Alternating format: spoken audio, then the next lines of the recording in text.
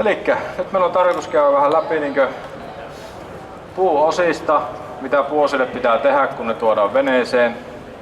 Ja katsotaan vähän, että mitä niille voitaisiin tehdä kun ne on päässyt vähän rupsahtaa. Elikkä tässä meillä on tämmönen purjeveneen sisäänkäyntiluukku. Tää on tämmönen suora tasainen pinta. Tää on oikein hyvä käyttää epäkeskuhiomakoneita tämän kunnostukseen. Eli tääkin aluksi näytti, että tää on ihan tekemätön paikka, että tää on sen verran ottanut kosteutta ja lakkapinta vähän rispaantunut ja näin. Mut suurin syy minkä takia tää on säilynyt ehjänä, eli tää on vielä käyttökelvollinen, kunnostuskelvollinen on se, että tänne päätyy on tajuttu joskus aikana tekijä laittaa tämmöiset massiivipuu-listat poikkisyin tähän päätyyn. Eli suurin ongelmahan on se, eli kun lakka lähtee rispaantumaan, se lähtee rispaantumaan näistä terävistä kulmista ja niistä lähtee kapillaari-ilmiönä se kosteus leviää tänne puuhun. Niin tässäkin on tää lista mennyt pikkusen rikki, se on lähteä täältä se kosteus menemään tänne puuhun ja alkanut rikkoa tätä lakkapintaa. Ja siinä vaiheessa on entinen vaneri, jos ne viilut lähtee irti toisistaan. Mutta eli tähänkin kappaleeseen, nyt kun tää kunnostetaan, niin mä tekisin kuule ihan uudet rimaat tähän, laittaisin tähän näin suojaksi, kun nuokin lakalla niin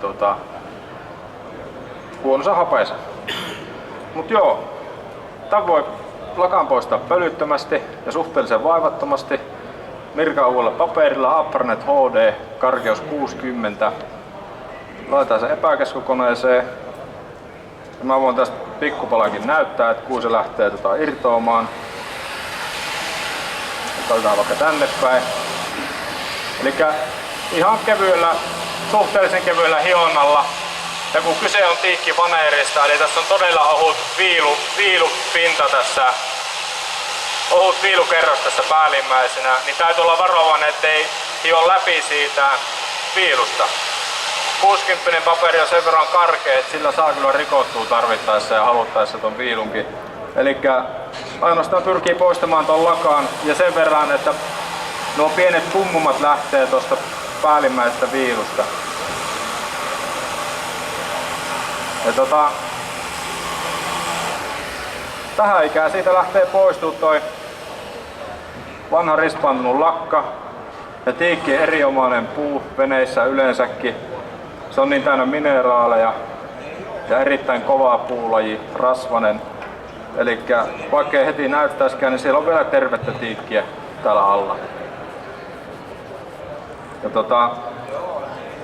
tiikkiä oikeastaan 3 tapaa käsitellä, eli lakkaus, öljyäminen ja sitten on, että se annetaan harmaantua täysin käsittelemättömänä. Ja nyt kun tää kappale on aikanaan lakattu, ja koska tämä on tiikkivaneeria, niin mä kyllä lakkaisin uudestaankin tämän. Koska todennäköisesti veneen suunnittelija on halunnut, että tämä kohta tulee lakata. Ja se toimii lakattuna parhaiten ajaa asiansa, niin kyllä mä tämän lakkaisin vielä uudestaan. Ja tosiaan niin oli puhetta vielä siitä, että tiikki jätetään täysin käsittelemättä. Niin tässä on niin umpitiikkipalikoita, mitkä on ulko-osissa. Ne onkin hyvä jättää täysin käsittelemättä. Sillä se on miellyttävän tuntunen jalalle, jos tää esimerkiksi lakkaa. Se lakka lähtee ajan mittaan rispaantuu ja se olisi työläs repii se lakka siitä pois. Ja yleensä harvoinhan tiikkikansiakin esim. Öljytään tai lakataan. Eli se on miellyttävimmän tuntunen jalalla luonnonmateriaali ihan sellaisena. Et se annetaan harmaantua arvokkaasti. Tämä kappale on noin vuosi sitten hiottu ihan puulle asti. Ja tää on ollut runsaassa auringon säteilyssä, niin se on saanut jo aika paljon tätä harmaantumaa tähän pintaan.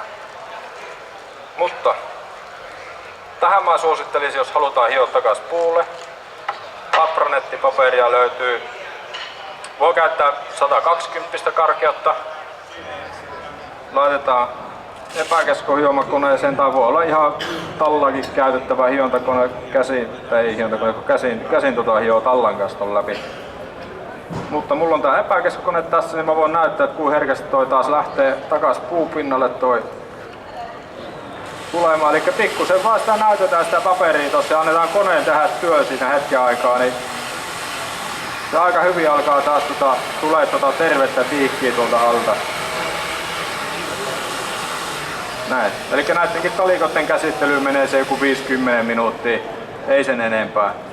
Ja muutenkin umpitiikkikalikoita saa hioa aika monta kertaa ennen kuin niistä ei ole enää mitään jäljellä tai että ne menee käyttökelvottomiksi. Ja suosittelen kyllä itsestä, että jos on esim. Tiikkikansia tai tommosia tiikkiritilöitä kannessa ulkotiloissa yleensäkin, että ne annetaan vaan harmaantua sitten. Harmaantua jätetään käsittelemättä, mutta jos jotkut palikat, esim. Ikkunoiden raamit tai kun tämmöiset on käsitelty tiikkiöljyllä, niin siinä on myös hyvä jippo olemassa. Eli joko hiotaan tai sitten skrapalla poistetaan se vanha öljy siitä. Kun se on poistettu, eli se on saatu puulle asti, se hiotaan tallen kanssa läpi. Jos on pehmeitä muotoja, niin käytetään pehmyttä tallaa. Tässä on eri paksuisia talloja. Eli aina pitäisi käyttää hiontatallaa. Hiotaan käsin tai sitten koneella. Ikinä ei saa sillä näin alkaa hiomaan. Että aina pitäisi olla jonkunlainen talla. Jos ei ole tämmöistä ihan kunnon tallaa, mihin saa imurinkin kiinni, niin sitten vaikka joku puukalikka tai joku siihen tallaksi. Ja sitten se voidaan siirtyä siihen öljyämiseen. Eli purkillinen tiikkiöljy ja hemppelivalikoimasta löytyy ihan Teak Oil nimellä. Ja sitten on semmoista karhun villaa, karhun kieleksi sanoo osa, väriltään punaista, eli se vastaa karkeutta 320. Kumihanskat käteen, uitetaan sitä karhunvillaa siellä tiikkiöljykupissa sillä, että se on märkä. Otetaan tiikkipalikka ja hiotaan sillä märällä karhunvillalla, mikä on kastettu tiikkiöljyyn, niin se palikka läpi. Annetaan sen seisahtua hetken aikaa. Se karhun kieli on siinä mielessä hyvä, että se vähän rikkoo pintahuokosia tosta ja noita kuituja, niin se imeytyy se öljy vähän tuohon syvemmälle tuohon tiikkiin. Ja annetaan hetken aikaa seistä se märkänä, sitten otetaan puuvilla liina ja kiilotetaan se, vielä kun se on märkä. Sitten saadaan semmonen oikein nätti, tasainen, kiiltävä pinta aikaan siihen. Ja no se oikeastaan tiikistä. Et yleensähän periaatteena on se, että kaikki puu, mikä veneeseen tuodaan, pitää olla jollain tapaa käsitelty, lukuun ottamatta tiikkiä. Eli tiikkihän tekee sen poikkeuksen, että sitä ei tarvitse käsitellä, mutta jos meillä on esimerkiksi tämmöisiä niin mäntyrimoja, mäntyrimotuksia kannessa tai jostain sisustuksen osissa, niin kuin tääkin on umpipuurimoja, niin nää täytyy aina kyllästää lakaanpoiston jälkeen.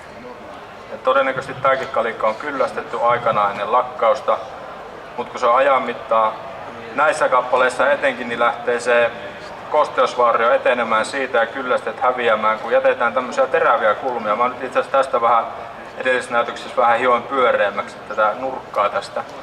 Mutta niin yleensä näkee niin purkkareiden ja moottoriveneen ovien luukuissa ja tämmöisissä. Jos ne jätetään teräviä nurkkia, se ei tarvitse pikkusen kolahtaa johonkin kohtaan se terävä nurkka, niin sitä menee se lakkakerros rikki. Ja sinne alkaa pääsee kosteutta. Eli sanotaan, että aina pitäisi terävät nurkat hioa pyöreiksi, että se lakkakin niin tarttuu siihen. Se lakka ei pysy siinä terävässä nurkassa tai kulmassa. Ja aina hioa pyöreiksi. Ja niin tässäkin näkyy, että se on lähtenyt jo pikkusen kapillaarina imee tätä kosteutta tää puu tänne itsensä, mutta tää on vielä kuitenkin pelastettavissa. Eli tää puu ei ole niin entinen. Että siitä vaan lakka pois, ajaa puun solukkotäyteen kyllästeainetta.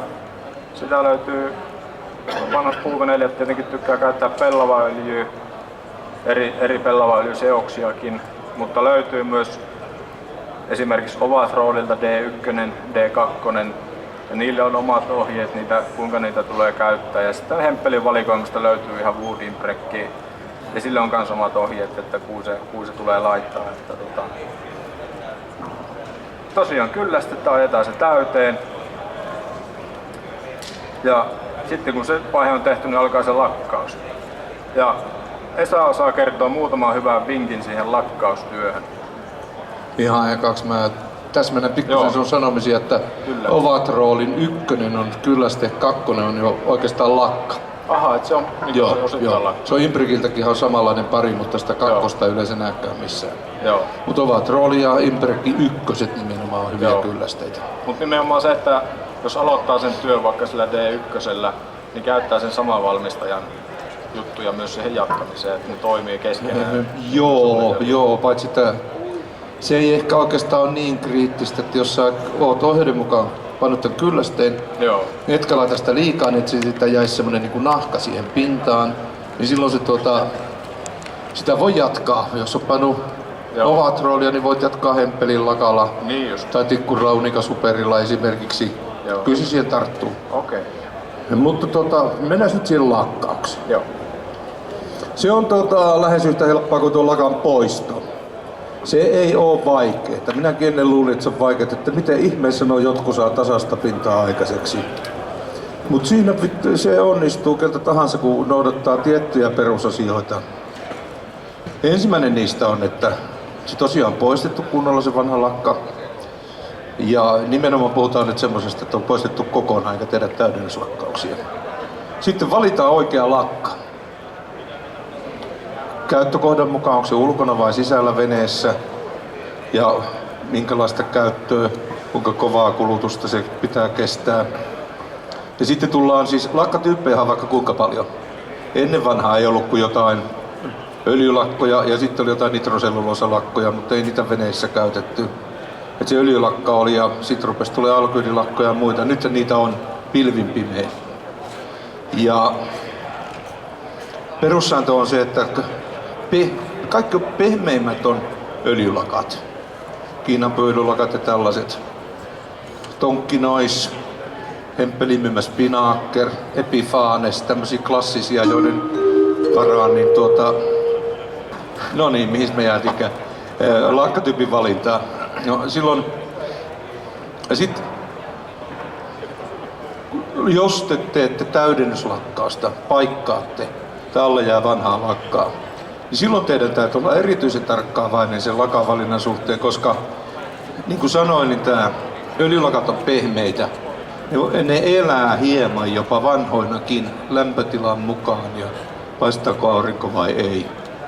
Ja sitten jos te vedätte siihen päälle semmoisen modernin, erittäin kovan lakan. Esim. 2-komponenttisen. Esim. 2-komponenttisen joku akrylilakan.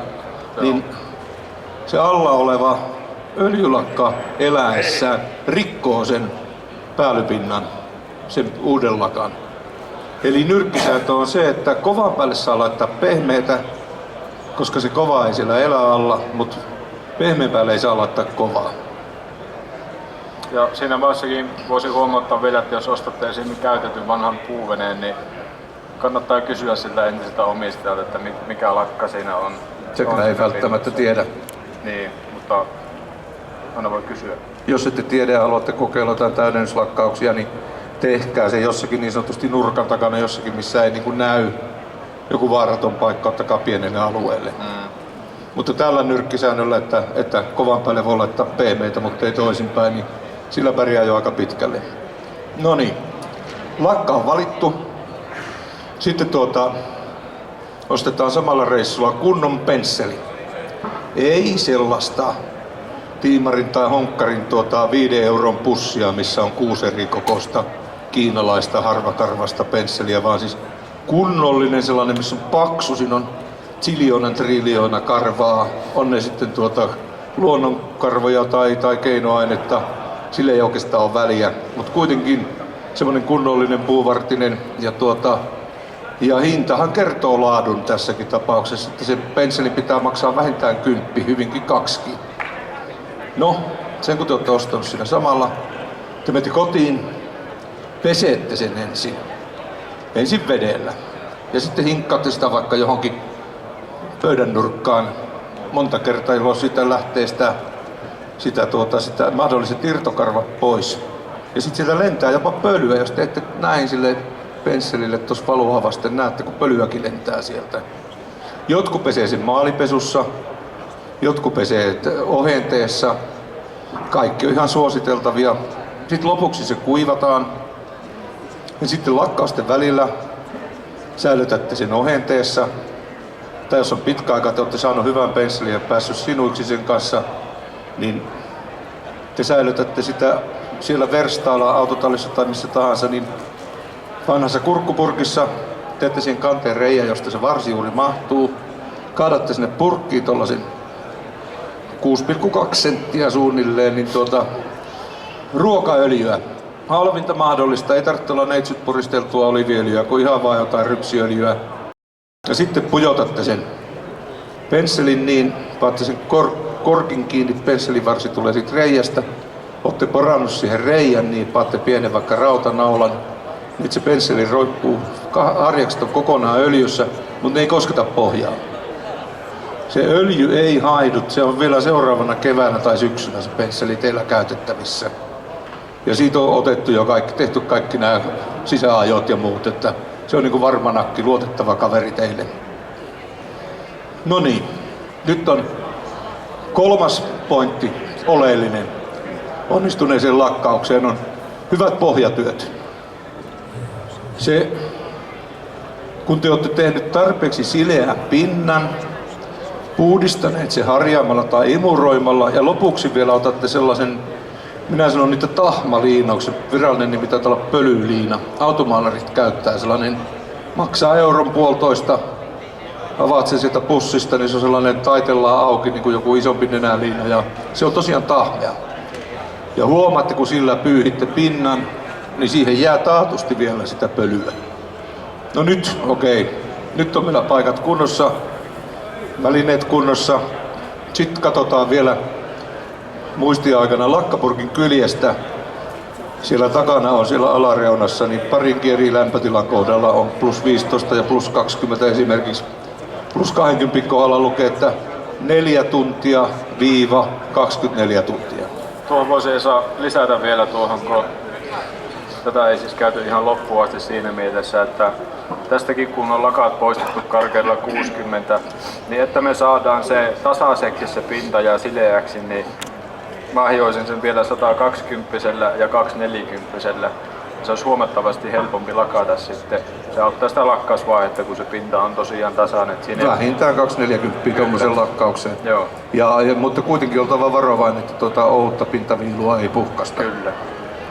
No niin, me ollaan nyt sitten lukemassa sitä lakkapurkkia. Ja tää tarkoittaa tää 4 tuntia-24 tuntia sitä, että 4 tunnin kuluttua siinä lämpötilassa me voimme suorittaa seuraavan lakkauksen. Se ei ole vielä niin kuin kivikovan kuiva, mutta se kestää seuraavan lakkauksen. Ja se 24 tuntia on niin kuin takaraja. Siihen mennessä on tehtävä se seuraava lakkaus tai on rikottava se pinta uudestaan välihionnalla, joka voi tehdä esimerkiksi numero 400 paperilla tai sitten siklillä, jos tiedätte mikä se on ja osaatte käyttää.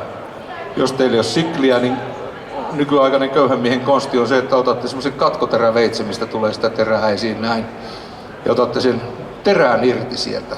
Se on näin pitkä.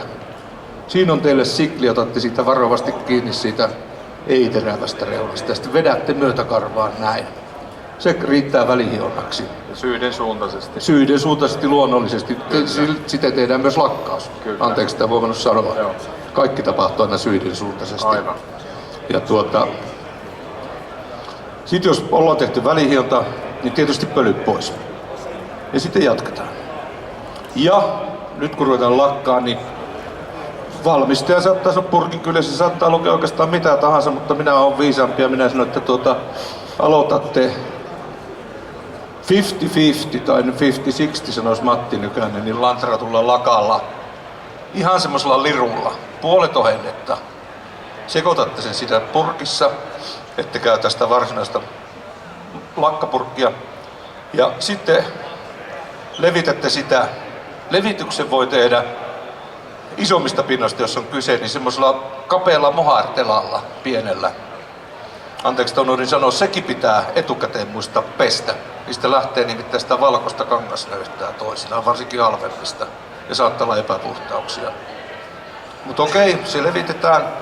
Sitten pyyhitään sillä penssillä erittäin kevyesti myötäkarvaan lopuksi se pinta.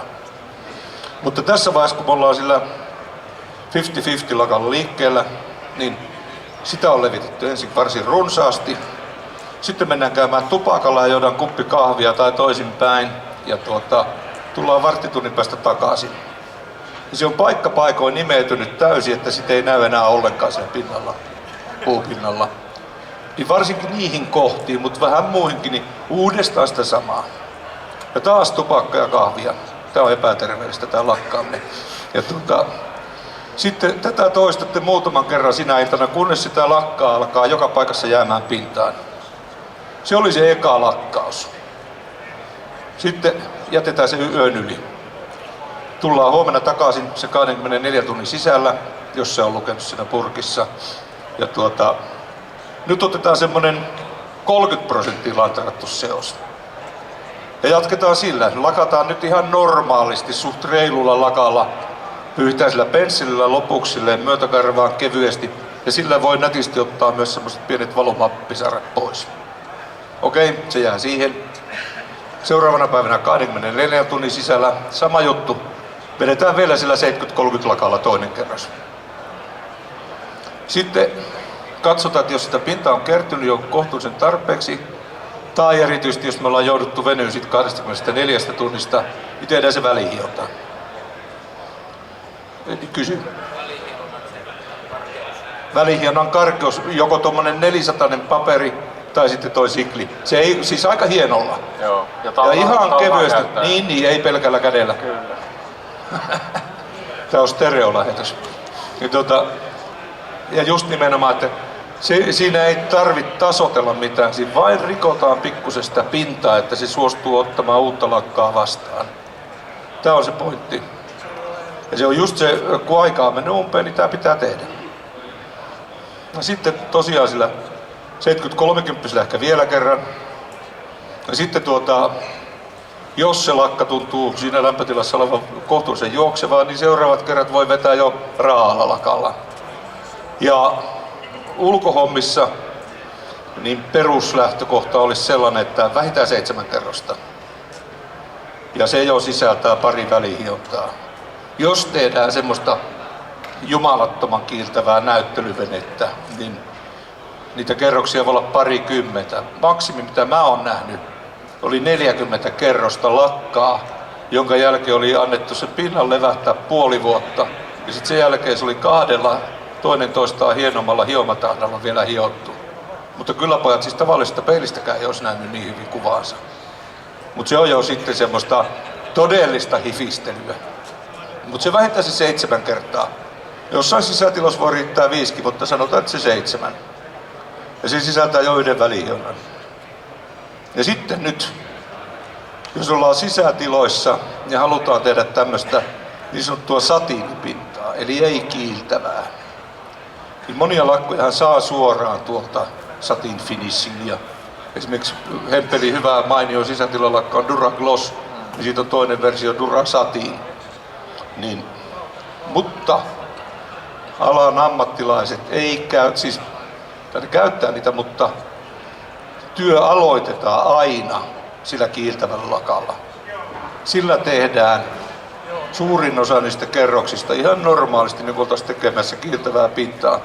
Ja vasta sitten, kun on tehty esimerkiksi vaikka 7-8 kertaa, niin sitten välihionnan jälkeen pari kertaa sitä satiinipintaa.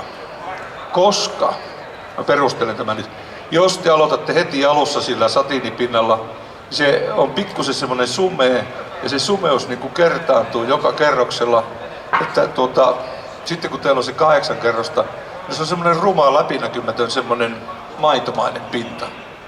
Mekaanisesti haluja, ei siinä mitään. Mutta kun te teette näin, että ne kiiltävät ensin ja lopuksi sitä satiinia, niin siihen jää sellainen, se satiini ei syö kokonaan sitä läpinäkyvyyttä, vaan se jää semmoinen syvyysvaikutelma. Sitten tulee tosi hieno. Jotkut ammattilaiset, mä tiedän huippuammattilaiset tekee jopa niin, että ne ei kato sitä satiinilakkaa ikinä, vaan kun se kiiltävä on vedetty siihen tarpeeksi monta kertaa ja se on kunnolla kuivunut ja kovettunut, niin ne ottaa tiikkiöljyä ja karhun kieltä ja hiovat sen. Mutta mä en ole muuta kuin kuullut tätä, en ole edes nähnyt eikä itse kokeillut. Mä en uskalla uskalla niin suositella, mutta näinkin se voi tehdä kuulemma. No niin, näin helposti selvittiin lakkauksesta. Nyt on Ville ja minä vastaamme kysymyksiin, olkaa hyvät. Joo, voi tulla ihan jutteleekin, jos jotain omia projekteja. Jos uskaltaa tuon näköisen miehen kanssa. Lakkoja on siis vaikka kuinka paljon ja monet vannoo, varsinkin vannoutuneet puuvenemiehet, niin se yksi ja ainut on heille oikea. Ja minä en käy sitä kiistämään, mutta eri kohteisiin voi valita eri lakkoja. Ja nämä uudet lakat on tietysti mielessä helpompia. Ja valikoima on tosiaan aivan jumalaton, että katsokaa valmistajan nettisivuilta, kysykää siltä maalikaupan myyjältä. Nimenomaan se käyttötarkoitus ratkaisee. Älkääkä ehkä ottako niitä ihan kaikkein kovimpia, niitä tuhdempia myrkkyjä, jotka on tarkoitettu jo jopa ruiskulakkaukseen, mutta sanoisin, että mennään tommoseen niin normaali alkuidilakkatasoon. Esimerkiksi tämä kotimainen Unica Super on erinomainen lakka normaali venekäytössä. Tikkurilan valmiste. Ja Hemppelin Duragloss ja Favorite Ones ja niitä on vaikka kuinka. Miten iso merkitys sillä on, että 240 paperi versus 400, niin 240 usein käytetään 240 riittää usein niin perus niin maalauksen alle ja näin, mutta jos sä haluat erityisen hienon pinnan, niin sit sä vedät sillä 400. Plus sitten siinä välihionnassa sulla on oltava vähintään se 400. Ja sehän on just se, että se on aina hienompi.